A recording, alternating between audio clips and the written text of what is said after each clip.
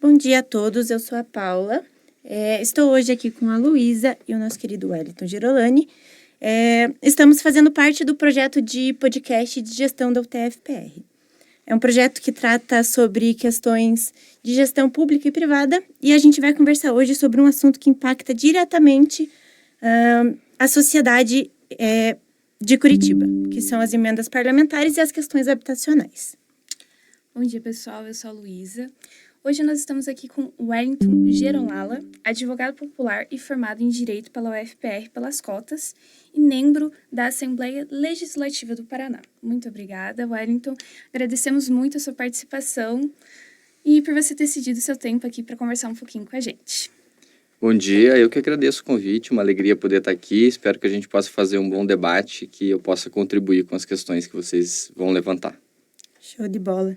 Então, Wellington, para a gente começar, a gente sabe que você é um aluno egresso de uma instituição pública, de uma universidade pública.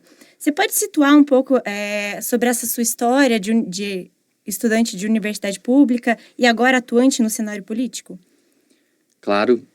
Acho importante até para a gente situar com relação ao debate da moradia que a gente vai fazer, que antes de ser egresso da universidade pública, eu sou egresso de áreas de ocupação. Nasci e me criei numa região de Curitiba conhecida como Vila Verde, lá no SIC, que foi ocupada por pessoas trabalhadoras no final dos anos 80 e lá permaneceram até hoje, numa comunidade que se estabeleceu, depois foi regularizada pela Coab, numa vila pobre de trabalhadores, enfim, egresso também da escola pública, cotista na Universidade Federal, e que identifico que a política feita por outras pessoas mudou a minha vida, através das cotas, através de outras políticas públicas que conseguiram incluir perspectivas de ascensão social, econômica, para que eu pudesse, inclusive, chegar na Universidade Federal.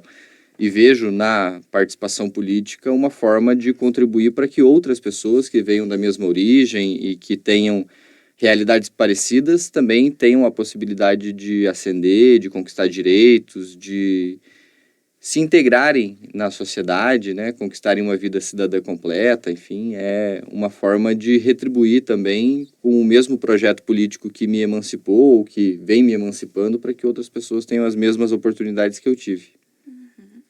Muito obrigada, Wellington. E você poderia estar esclarecendo um pouquinho para a gente, falando sobre o que são as emendas parlamentares? Porque muitos dos nossos ouvintes aqui não têm nem noção de como de fato funciona, quais são os objetivos dela e para quem elas são voltadas, que é um direito nosso que às vezes a gente não tem acesso a essa informação de como funciona, Bom, as emendas parlamentares, elas são um mecanismo orçamentário voltado para os nossos parlamentares, sejam os deputados, sejam os senadores a nível federal, também os deputados estaduais e os vereadores nos outros níveis da nossa administração pública. A bem da verdade, é alguma distorção do nosso sistema político brasileiro, porque o Poder Legislativo não nasceu com o objetivo de fazer dotação orçamentária e de executar projetos, então acaba tendo algum desvio de finalidade, porque você acaba tendo uma grande quantidade de dinheiro alocada numa circunstância em que você tem muito menos planejamento, muito menos previsibilidade e uma capacidade muito menor de se fazer com que o dinheiro público tenha eficiência. A bem da verdade, se tendo uma visão bastante crítica com relação às emendas parlamentares, elas são voltadas hoje a atender os interesses políticos eleitorais das bases dos parlamentares.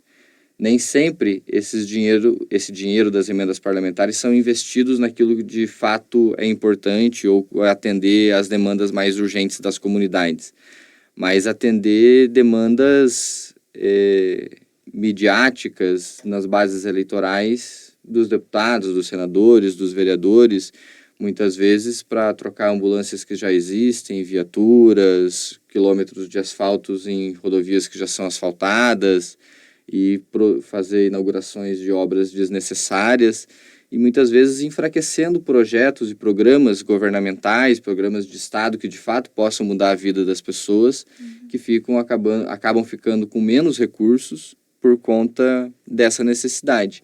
É um reflexo, talvez, de como o nosso sistema político vem se deteriorando desde a Constituição de 88, em que o nosso presidencialismo vem ficando cada vez mais dependente do Congresso Nacional, de que nós vemos construindo uma cultura com relação aos nossos parlamentares diferente daquela que deveria ser. Nós não temos a imagem de um deputado, de um senador ou de um vereador como uma pessoa que formula política pública, como uma pessoa que legisla, como uma pessoa que fiscaliza. Muitas vezes nós enxergamos essas pessoas como despachantes de luxo, pessoas que podem ir até o prefeito e ajudar a asfaltar uma rua, ajudar a colocar uma lombada, ajudar a telhar uma escola, né, que são funções de outros agentes do serviço público. E quando os parlamentares se colocam nessa função menor do que aquelas que lhe cabe constitucionalmente, eles diminuem a sua tarefa parlamentar, acabam por dificultar o investimento naquilo que de fato é necessário e acabam também por fazer com que a gente viva esse cenário político que a gente vive hoje no Brasil, em que você tem uma maioria formada nos congressos a partir não da ideologia dos seus parlamentares ou dos partidos políticos, mas a partir dos ministérios que você pode dispor para algum grupo de parlamentares ou a partir dos recursos que você pode alocar. E aí você começa a ver algumas aberrações como as emendas que nós temos hoje em valores absurdos, o orçamento secreto que a gente tinha no governo anterior e coisas parecidas que vão deteriorando a nossa democracia e a forma como são feitos os investimentos públicos. Exatamente. Uma perguntinha só por curiosidade. Na sua opinião, como que você acha que a gente pode estar contornando essa situação? De estar reformulando as emendas parlamentares e a forma que é organizado hoje para que elas, de fato, possam atingir as pessoas que realmente precisam, a população, de fato. Como que você acha que isso pode ser realizado? Olha, eu acredito em ideal que o dinheiro público deve ser investido dentro de programas com planejamento, com pesquisa, com ciência, que você consiga identificar dentro do território nacional aonde que estão as maiores fragilidades, aonde estão as emergências, aonde estão as necessidades mais gritantes. E você não consegue fazer isso a partir da atuação individual de um parlamentar. Você precisa de um programa, e é para isso que você tem ministério, é para isso que você tem, inclusive, as universidades públicas, que muitas vezes nos ajudam nesse diagnóstico. Então, eu acredito em um mundo ideal em que as emendas parlamentares não precisariam existir. Que a participação parlamentar na discussão das leis orçamentárias, na PPA, na LOA, já seria de bom tamanho. Ali eles já poderiam indicar algumas prioridades, poderiam indicar em abstrato quais seriam as suas urgências, enfim, sem fazer a destinação finalística do dinheiro como é feita hoje. Se essa realidade é muito distante, o mínimo que a gente poderia fazer é reduzir o recurso. Se nós vamos falar, por exemplo, de moradia, a gente precisa ter consciência que nós estamos falando hoje no Brasil de 2023, em que nós temos o maior orçamento da história no Minha Casa Minha Vida, que são 13,8 bilhões de reais. As emendas parlamentares são 30 bilhões. Então nós temos muito mais do que o dobro do que nós vamos ter no Minha Casa Minha Vida para as emendas parlamentares. A gente não tem o destino certo no final das contas. A gente não sabe para onde que vão essas emendas. Até sabe, vai para coisas... na maioria, hoje sabe, né? Porque não tem mais orçamento secreto, mas acabam indo para coisas que não tem coordenação, não tem...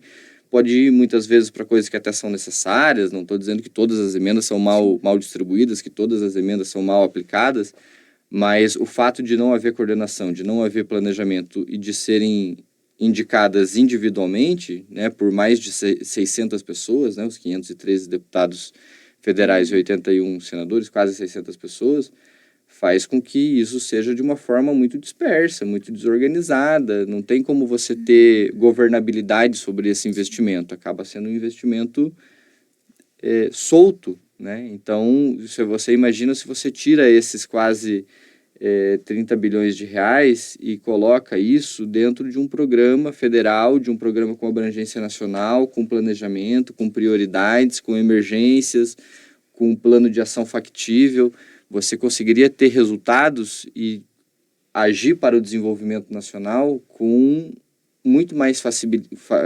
facilidade e chegar em resultados muito mais efetivos do que as emendas como elas são. Claro, as emendas, elas não servem hoje só para atender o interesse público, elas também atendem o interesse filantrópico. Então, muitas dessas emendas são destinadas a hospitais filantrópicos, a entidades assistencialistas, que também, de certa forma, desarticulam a política pública, mas são formas de o Estado atender também aonde não tem política pública. Não? Então, emergencialmente, acaba fazendo ali uma dotação orçamentária de forma mais emergencial, sem que seja com o objetivo de ser permanente. Mas você fazer o acréscimo de emendas parlamentares que a gente teve nos últimos anos, que a gente saiu lá de 2019, em que cada deputado tinha 7 milhões de reais, para chegar hoje em que é 23 milhões de reais, chega até 32 milhões de reais em alguns casos. Por deputado federal. E cada senador da República tem 59 milhões de reais por ano para fazer de dotação orçamentária. Isso é um orçamento muito maior do que muita prefeitura no estado, no Brasil. Então, tem muita prefeitura que administra hospital, que administra escola, que administra guarda, que administra agricultura, que administra asfalto, enfim, que administra muita política pública que não tem esse orçamento. E o senador que, em tese, não administra nada, porque ele não executa, né, porque ele não planeja, porque ele não tem nenhuma organização temática no seu gabinete, ele está ali, em tese, para legislar e fiscalizar, ele tem uma dotação orçamentária gigantesca para fazer política. E aí ele está suscetível a diversos interesses, inclusive os interesses eleitorais. Ano que vem nós temos eleições. Se nós fôssemos fazer um cruzamento hoje de para onde os deputados federais e senadores estão mandando as suas emendas parlamentares com os candidatos a prefeito que eles vão apoiar no ano que vem, eu tenho certeza que nós vamos cruzar muitos dados e encontrar os interesses eleitorais muito mais com as emendas parlamentares do que, de fato, necessidade de investimento. Então, tenho a sensação de que nós estamos deturpando o orçamento federal num processo de garantir permanência de poder para deputados e senadores em troca de governabilidade. E isso é uma deterioração do sistema que vem acontecendo já há muitos e muitos anos, inclusive de forma forçada pelo Congresso, né? Vez ou outra o Congresso bota para votar aquilo que eles chamam de PEC da maldade, de pacote da maldade, e obriga o governo federal a pagar essas emendas, a pagar esses recursos. Essas emendas hoje são impositivas, né? Não eram inicialmente na Constituição de 88. Elas eram facultativas. O deputado indicava, o governo fazia a análise de se era necessário, se era viável, se era conveniente, e aí aplicava. Agora elas são impositivas. O deputado indicou, o governo tem que pagar, né? Não importa se tem outro lugar que precisa mais, não importa se tem outra política mais urgente, não importa se tem um outro programa mais defasado, se o deputado indicou ali, é ali. Você está mandando uma ambulância para onde já tem 3, enquanto o município vizinho não tem nenhuma, vai ter que mandar lá onde já tem 3. Então, acaba deixando o Poder Executivo refém dessas manobras, né, que acabam servindo mais a interesses eleitorais do que ao interesse nacional. E você acha que nesse jogo de disputa de poder, a tentativa inicial de descentralização do orçamento acaba dando um revés e virando ao contrário, que, por exemplo, a gente vê que emendas parlamentares têm o intuito de deixar para o município esse orçamento de uma maneira mais acessível, porque um governo não tem como conhecer cada um dos municípios. Mas, no final das contas, acaba deixando esses pequenos municípios reféns desses parlamentares e mais dependente ainda do que independente? Sim. Inclusive, o argumento da descentralização é um argumento falacioso. Porque, veja, não tem como o governo conhecer todos os municípios, mas tem como os municípios conhecer todos os programas do governo federal. Então, o governo federal tem lá o Minha Casa Minha Vida, tem o Bolsa Família, tem, enfim, lá, 50, 60 programas que são de transferência direta de recursos. Tem na agricultura familiar, tem para obra, tem para asfalto, tem para construir escola, tem para tudo.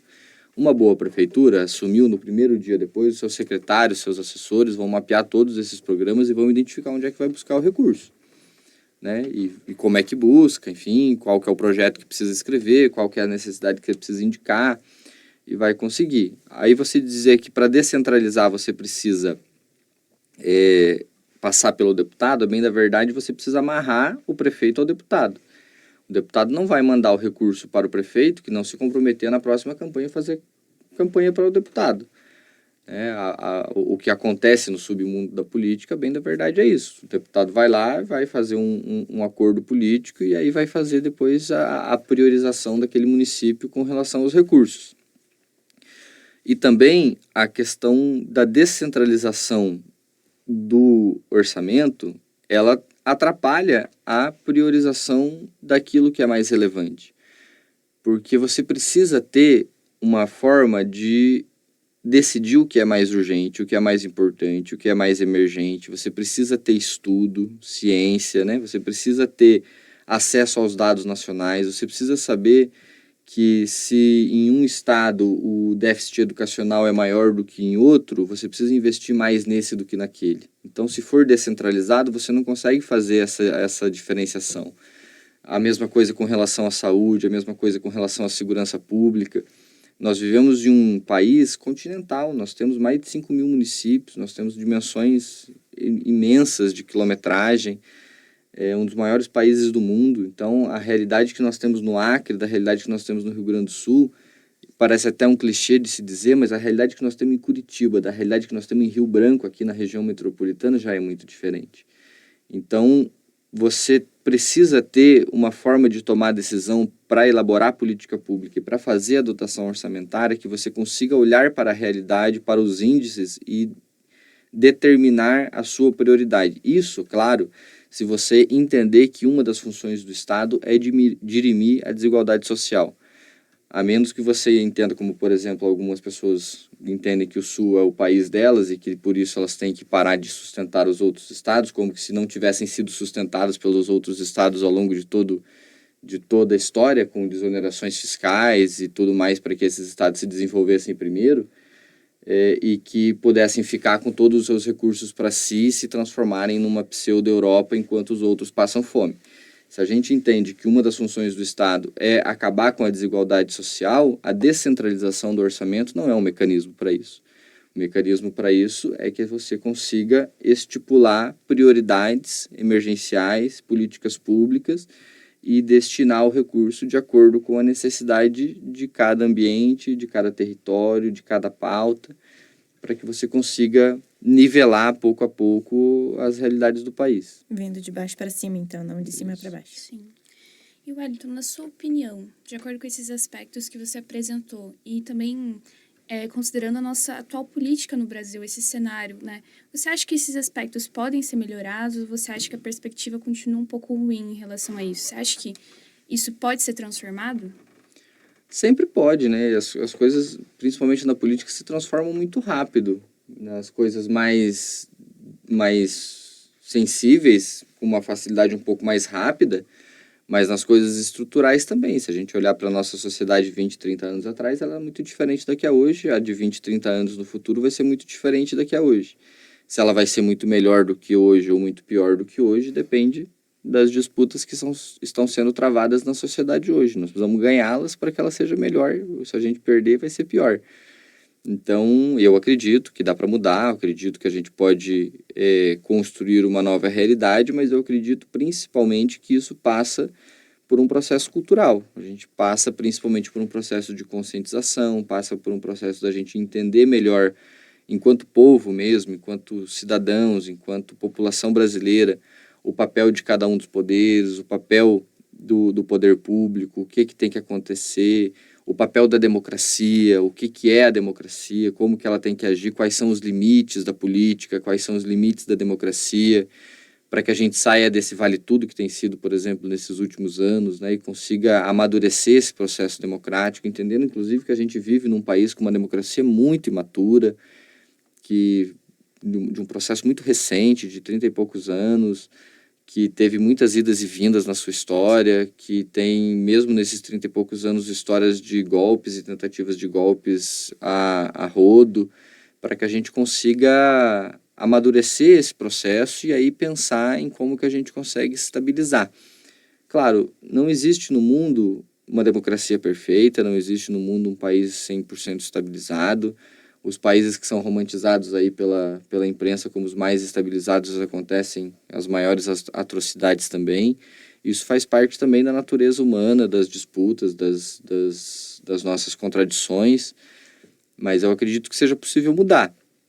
E legislativamente nós precisamos, em algum momento, ter condições e uma correlação de forças na sociedade para frear essa questão das emendas parlamentares de forma que a gente consiga garantir investimento coeso no desenvolvimento do país. Senão, daqui a pouco, nós vamos ter 590 e poucas pessoas destinando todo o orçamento do país de acordo com seus interesses eleitorais individuais. E aí o município que não elegeu deputado fica refém, não vai ter recurso, não vai ter escola, não vai ter ambulância, não vai ter viatura, não vai ter professor, não vai ter policial, enfim. E não é esse o objetivo do Estado, né? Sim, exatamente. A eleição não é gincana, quem não elege também precisa ser governado. É verdade. E muitas vezes é o que mais precisa, né? Sim. Agora, puxando para o âmbito da habitação, que você é um atuante, né? Você fez questão de destacar desde o princípio. E como advogado popular, você conhece alguma proposta a âmbito estadual que venha direcionada dessas emendas ou não, mas que seja direcionada para a habitação? Olha, aqui no Paraná, nós temos uma dificuldade muito grande com relação ao debate da habitação, não só no Paraná, mas também em Curitiba. Embora Curitiba tenha nascido, crescido e se organizado em torno das ocupações irregulares. Se a gente pegar o mapa de Curitiba, a maioria dos 75 bairros de Curitiba nasceram de ocupações irregulares. Quando a gente fala do urbanismo de Curitiba, do planejamento, a gente fala de um planejamento central, de um planejamento muito localizado e que esqueceu dos trabalhadores. E que por muito tempo, parte da sociedade de Curitiba também, por conta disso, negou o planejamento urbano, por entender que o planejamento urbano era algo elitista e que não atendia os trabalhadores, também negou. E agora acho que a gente precisa encontrar um caminho para que o planejamento urbano, que eu acredito que seja algo muito positivo, tenha um encontro com os trabalhadores, tenha um encontro com os pobres, também planeje a vida dos pobres e o acesso dos pobres à cidade. Onde eu quero chegar com isso? Curitiba tem hoje 80 regiões da cidade que são irregulares, que são famílias que vivem sem escritura, sem a sua casa, sem serem donos das suas casas, sem serem donos dos seus tetos. Dessas, mais de 30 correm risco iminente de despejo, né? Que são aquelas famílias que vão dormir hoje à noite sem saber se amanhã de manhã a Guarda Municipal e a Polícia Militar não vão estar na frente da casa delas com tratores e retroescavadeiras para botar a casa delas no chão e elas não vão ter para onde ir. Isso com uma população de moradores de rua crescendo a números assustadores ano a ano aqui na nossa cidade. Basta andar pelas ruas do centro de Curitiba que a gente vê isso. Isso tudo é reflexo de uma falta de priorização de uma política habitacional. A Coab, aqui em Curitiba, que é a Companhia de Habitação, que é responsável por criar as políticas públicas de habitação, tem uma fila interminável, né? Existem pessoas na fila da Coab há 15 ou 20 anos e ainda não conseguiram receber a sua casa, não conseguiram acessar aquilo que deveria ser um dos direitos mais básicos. Porque quando a gente fala das pessoas acessarem outros direitos, né, é difícil você imaginar que as pessoas conseguirão acessar outros direitos sem ter onde dormir, sem ter onde tomar um banho, sem ter onde guardar os seus pertences. Ter o direito a morar é o direito primeiro de todos. Claro, muitas dessas pessoas acabam, de forma paliativa, tendo condição de fazer isso, pagando o aluguel. Mas isso, na realidade, por exemplo, que nós vivemos agora com relação à pandemia, é muito sensível. 1 ou 2 meses, um desemprego, uma pessoa da família que fica doente, e nós temos mais uma família que ou vai para a rua ou vai para uma área de ocupação irregular. Não tem outra saída, né? São despejadas da onde estão pagando aluguel, são mandadas embora, enfim, acabam ficando numa situação de fragilidade. E estadualmente nós também temos essa fragilidade com relação à política pública. Não à toa, nas 20 e tantas cidades que nós temos aqui na região metropolitana de Curitiba, praticamente todas surgiram desta mesma forma. Poucas são as cidades de Curitiba, da região metropolitana de Curitiba, que tiveram algum planejamento urbano e que não cresceram através das ocupações irregulares. Curitiba e região metropolitana se planejaram para as grandes empresas, se planejaram para a indústria, se planejaram para o comércio, se planejaram para os ricos, mas ainda não se planejaram para os pobres. Eu acredito muito que a gente consegue construir um planejamento urbano de Curitiba com prazo aí de 15, 20 anos talvez, para transformar Curitiba no que ela vende, no que ela diz que é uma cidade boa para todos, urbanizada, planejada e tudo mais. Inteligente, mas nós precisamos primeiro incluir essas 80 comunidades que não têm escrituras nas suas casas nesse mundo de cidadania em que as pessoas sejam pelo menos donas do terreno onde moram. Esse é o primeiro passo para a gente avançar numa Curitiba inteligente, numa Curitiba pensada, organizada, enfim. E é muito engraçado, né, essa questão do planejamento da cidade, como você pontuou, porque, de fato, ela não foi pensada para os pobres, porque se a gente for pensar no transporte público, por exemplo, nos horários de pico, os ônibus para a região central estão vazios, não tem quase pessoas, porque os ricos não usam ônibus aqui. Mas se você for pegar os ônibus já para cidades, para as regiões metropolitanas aqui, estão lotados, estão em condições péssimas, atrasados. Então, nada disso acaba favorecendo as pessoas que realmente precisam desse serviço, né? Então, já demonstra que ele não foi pensado e nem muito pouco planejado para essas pessoas, até pelo valor da tarifa, né? R$12 por dia, para uma pessoa que às vezes não tem como nem pagar o seu almoço, ou para a pessoa que está assim, sem uma habitação. É muito pesado. Isso acaba desfavorecendo as famílias e já demonstra o quanto não foi feito um planejamento para isso, para ser uma cidade para os pobres, para os trabalhadores, né? Por falar em planejamento, a gente leu o PPA de Curitiba como proposta da matéria e também para a gente situar a nossa conversa. E é muito interessante que a palavra habitação, ela aparece menos do que a palavra esporte, por exemplo.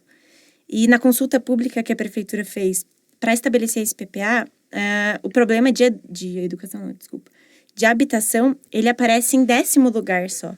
Então, aparentemente, não é uma prioridade para a prefeitura e também não é uma prioridade para a população, porque geralmente, enfim, as pessoas que fazem parte dessa consulta pública não são essas pessoas marginalizadas, né? E daí eu queria que você situasse um pouco de como é esse planejamento feito pela cidade de Curitiba e de que maneira que ele poderia ir além do Caximba, porque se você pegar o PPA hoje e você ler, a única comunidade atendida pelo nosso plano é a comunidade do Caximba. E como você disse, tem mais de 80 comunidades. Então, a gente tá falando de 79 comunidades totalmente esquecidas. Duas coisas, né? Eu sei que não é necessariamente o tema, mas eu gostei da provocação com relação ao transporte público. Queria comentar rapidinho, daí eu vou para a tua. Eu acho que nós precisamos ter consciência em Curitiba de que nós tivemos aqui uma revolução de modal de transporte que foi revolucionária e extremamente inovadora nos anos 70 e que depois ela parou no tempo. A Curitiba dos anos 70, ela era uma Curitiba de 300 mil pessoas. Hoje nós temos uma Curitiba, só em Curitiba, de 1.800.000. E nós temos mais 1.200.000 pessoas vivendo na região metropolitana. Então aumentou 10 vezes o tamanho da cidade, nós temos o mesmo modal de transporte, que foi revolucionário lá atrás, que foi orgulho por 20, 30 anos para Curitiba. Nós exportamos para o mundo os ônibus biarticulados, as canaletas, os tubos. Mas nós paramos no tempo. Esse modal de transporte não serve mais para uma cidade do tamanho de Curitiba. Nós estamos aqui na UTF, tem um tubo de ônibus aqui na frente do shopping estação e hoje é um dia chuvoso. Imagino que se a gente chegar nesse tubo aqui hoje no final da tarde, nós vamos encontrar muita gente fora do tubo esperando para pegar o ônibus na chuva. Assim como na estação central, assim como nas grandes estações aqui do centro, enfim. E isso é também uma forma de não pensar a cidade e de não priorizar a classe trabalhadora. E ter neste modal a tarifa mais cara do Brasil, que hoje nós temos a tarifa mais cara do Brasil em Curitiba, esses R$6 que a gente paga em cada uma das passagens, é a prova da falência desse sistema. porque está justificada no valor da tarifa o fato de que a cada ano a gente ter menos usuários no sistema.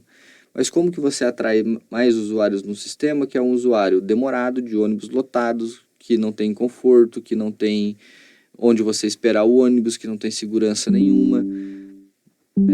Ou a gente repensa o nosso sistema de transporte coletivo, pensa numa forma de fazer intermodal. Sei que nós temos muitas dificuldades aqui com relação ao terreno de Curitiba para pensar em metrô, trem, enfim, mas ou a gente faz investimentos grandes aqui para pensar uma outra forma de fazer o transporte coletivo de Curitiba, ou nós vamos caminhar para uma metrópole de transporte individual, e aí nós vamos viver grandes problemas de trânsito, de locomoção, e isso inevitavelmente vai atrapalhar ainda mais a vida das pessoas pobres, que é geralmente quem sofre, quem vai ficar muitas e muitas horas para chegar longe na cidade.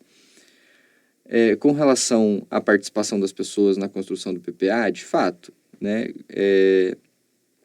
a divulgação que é feita, a forma como as pessoas participam desse debate, não chega nessas comunidades. Claro, muitas dessas 80 comunidades que hoje são ainda irregulares, são comunidades que existem há 20, 30 anos, algumas, né? Outras tantas ainda são muito mais precárias, né? Ainda estão lá com as suas estradinhas de barro, completamente sem saneamento básico, com casinhas de madeira, isoladas, muitas vezes até em regiões de mata ou muito próximas de grandes indústrias, enfim, com dificuldades de acesso, e que, em geral, reúnem famílias, trabalhadores que saem de casa às 5, 6 horas da manhã, chegam em casa às 7, 8 horas da noite, têm muitos filhos ainda, porque nem políticas de planejamento familiar acessam. Então, acabam sendo pessoas que não participam da vida política, muitas vezes não conseguem desenvolver consciência, participação, inclusive para se organizar. Nós temos, em Curitiba, alguns movimentos sociais ligados à pauta de moradia que são referência, que são muito importantes, que organizam as comunidades, que organizam essas pessoas para lutar pelos seus direitos, como, por exemplo, o MPM, que é o Movimento Popular de Moradia, o FORTE, que é a Frente de Organização dos Trabalhadores, enfim, que são organizações sérias, que são movimentos sociais ligados à moradia e que organizam essas comunidades.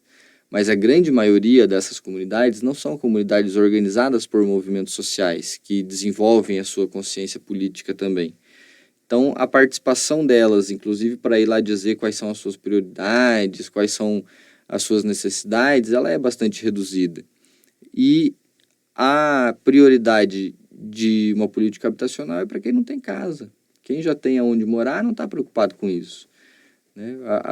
O ser humano é muito individual, né? É muito individualista.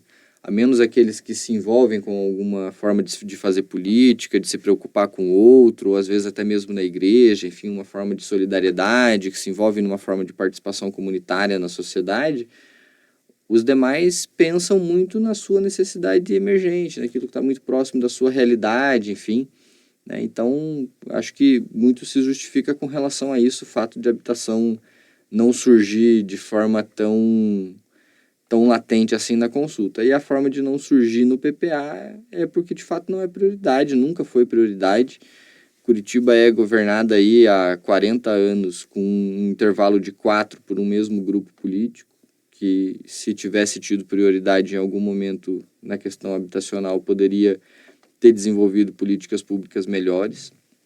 A gente vive numa cidade que asfalta uma vez por ano a Visconde de Guarapuava, que asfalta uma vez por ano a Mariano Torres, que asfalta uma vez por ano a Marechal Deodoro. Então, se a gente tivesse um pouquinho mais de prioridade de construir políticas públicas, a gente poderia uma vez por ano assentar uma dessas comunidades, que muitas vezes não envolve uma grande dispensa de recursos. Muitas dessas comunidades, inclusive, estão em terrenos da prefeitura, que bastava que a prefeitura fizesse a cessão e ali distribuísse as escrituras, então começasse a fazer algum investimento de infraestrutura. Então, falta vontade política, sempre faltou vontade política em Curitiba, infelizmente, enquanto nós não construirmos um processo de planejamento urbano de Curitiba que envolva os trabalhadores, continuará faltando vontade política para incluir política habitacional nas prioridades da cidade. Exatamente. Então, assim, na sua opinião, Wellington, você acha que a formulação do PPA, ele foi pensada pela... foi pensado para a população elitizada de Curitiba, porque, de fato, as pautas presentes lá dentro são para essa população. E quase nenhuma delas abrangem, de fato, os trabalhadores e as pessoas que realmente precisam de um planejamento municipal, você não acha? Eu acho que assim, é uma questão ao longo do tempo, né? O PPA, ele tem uma duração menor, né? Salvo engano, acho que são 4 anos a duração do PPA. Ele é reflexo dessas prioridades, que são prioridades de quem governa, mas, infelizmente, também às vezes reflete um pouco da cultura, né? Que se impregna em Curitiba de alguma forma, em parte da população da nossa cidade, que busca viver em uma cidade europeia, muitas vezes numa cidade branca, muitas vezes numa cidade pseudo super desenvolvida, e que esconde os seus problemas sociais e não os resolve. A gente cansa de ouvir, principalmente de gente que vem de fora, que vem conhecer a cidade, Curitiba não tem favela. Ou às vezes a gente maquia isso dizendo não, que aqui em Curitiba as favelas foram mandadas para longe. Isso também não é verdade, né? Nós temos a Vila Torres e a Vila Capanema atrás da rodoviária aqui, né? Nós estamos a 5 minutos, nós estamos no centro de Curitiba. E o que tem de investimento ali, o que teve de investimento nessas comunidades? São comunidades que estão ali há 30 anos, né? No centro de Curitiba, no corredor da rodoviária para o aeroporto. Não tem como chegar em Curitiba sem passar ali. A política pública que foi feita ali foi para esconder as comunidades. Você consegue passar na Avenida das Torres sem perceber que você está passando do lado de uma comunidade. Então, esses processos de invisibilização e de aporofobia, né, que é o problema de você não gostar muito dos pobres, que de vez em quando a gente encontra aí na gestão municipal, ela é muito preocupante, né? Nós tivemos outro dia o caso, por exemplo, da presidenta da FAS, vocês devem ter acompanhado, pedindo para que a Guarda Municipal fosse lá na Marechal Deodoro dar um susto nos moradores de rua, porque estava muito muito feio que eles estavam dormindo lá e usando as cobertas para se proteger do frio e fazendo cabanas com as cobertas. Uma prefeitura com uma visão um pouquinho melhor com relação a isso, talvez pensasse em levar para uns abrigos, construir abrigos melhores, com políticas públicas melhores das que a gente tem aqui, para atrair, inclusive, essa população para dentro dos abrigos, construir uma política habitacional, né? Como é que a gente vai falar, eles poderiam muito bem ir procurar emprego? Como é que essa população vai procurar emprego dormindo na rua? Com frio, com fome, sem ter como tomar banho? Como é que vai fazer uma entrevista de emprego daquele jeito? Ninguém foi parar ali porque quis. Ninguém foi parar ali porque quis. Aconteceu alguma coisa, né? Pode ter sido a drogadição, pode ter sido crime, pode ter sido um trauma familiar, pode ter sido uma questão psíquica, pode ter sido uma desilusão amorosa, pode ter sido uma questão financeira. Alguma coisa aconteceu e precisa ter política pública para resolver. Ninguém decide numa cidade como Curitiba, que vez ou outra faz 0 grau, corriqueiramente baixa a temperatura abaixo dos 10 graus, viver na rua, sem ter onde tomar banho, sem ter onde dormir. E aí nós temos em Curitiba abrigos para a população de rua que não deixa o morador de rua levar o cachorro, que é o único amigo do morador de rua, é a companhia que ele tem. E aí nós chegamos para o morador de rua e falamos, se você quer dormir aqui, você precisa deixar o teu cachorro na rua, você precisa que o teu cachorro vá embora. E ele prefere dormir na rua com o cachorro do que perder o cachorro para dormir no abrigo. É óbvio que ele vai preferir, né? Então, ou a gente tem uma construção de uma política um pouco mais solidária, um pouco mais humana com essas pessoas, ou as políticas que a gente constrói não vão funcionar. A gente precisa, no mínimo, entender que essas pessoas são seres humanos. No mínimo, entender que o pobre é ser humano e que ele precisa ter acolhimento e que a política pública precisa incluí-lo e ele não pode ter medo da política pública, que é o que muitas vezes a gente vê acontecer aqui em Curitiba. Nós tivemos ontem a Praça Santos Andrade, está bombando aí nas redes sociais, 8 viaturas policiais abordando um carrinheiro de forma extremamente truculenta, de forma extremamente violenta, né? Eu não vejo isso no Congresso Nacional, não vejo isso com corrupto, não vejo isso com grandes traficantes, enfim, mas com pobre é interessante. Né, gente? Vídeo da polícia e da guarda municipal batendo em morador de rua em Curitiba não nos falta. Né? Então, nós precisamos repensar um pouco as nossas prioridades e aí vai ser possível a gente construir uma Curitiba que inclua, de fato, que seja inteligente, que eu acho muito interessante essa ideia de uma Curitiba inteligente, mas para ser inteligente precisa ser das pessoas. Exatamente. E é muito interessante essa questão que você falou, né? Que é um argumento que eles utilizam, que as pessoas que estão na rua deveriam buscar um emprego. Mas como que elas buscam um emprego se não tem uma habitação? Que hoje em dia no seu currículo você precisa colocar onde você mora, onde você reside, né? Que é um dos pontos chaves que eles pensam na sua localização até o trabalho. Então, é interessante essa discussão. Como essa pessoa vai procurar um trabalho se ela não tem nem onde morar? Você não né? tem nem onde lavar a mão para chegar e apertar a mão do entrevistador, né? É difícil. Como? Exatamente. Bom, Wellington, acredito que seja isso. Agradecemos a sua presença, a sua disposição aqui, falar sobre temas enriquecedores, tanto das emendas quanto da questão habitacional de Curitiba. Se você quiser fazer alguma pontuação, também sinta-se à vontade. Mas eu acho que da nossa parte é isso. Ficamos extremamente satisfeitos em recebê-lo. Eu quero agradecer o convite por terem chamado para vir, parabenizar o projeto de vocês, né, e desejar que seja de bastante sucesso, que construam sempre uma visão crítica, tanto com relação a Curitiba, sempre também com relação à atuação profissional e, de fato, mais uma vez agradecer e colocar à disposição a gente poder sempre continuar, mesmo que com a câmera e os microfones desligados, travando bons debates aí, pensando coisas boas. Exatamente. Mais uma vez, muito obrigada pela participação, Wellington. E é isso, até a próxima. Até mais, pessoal.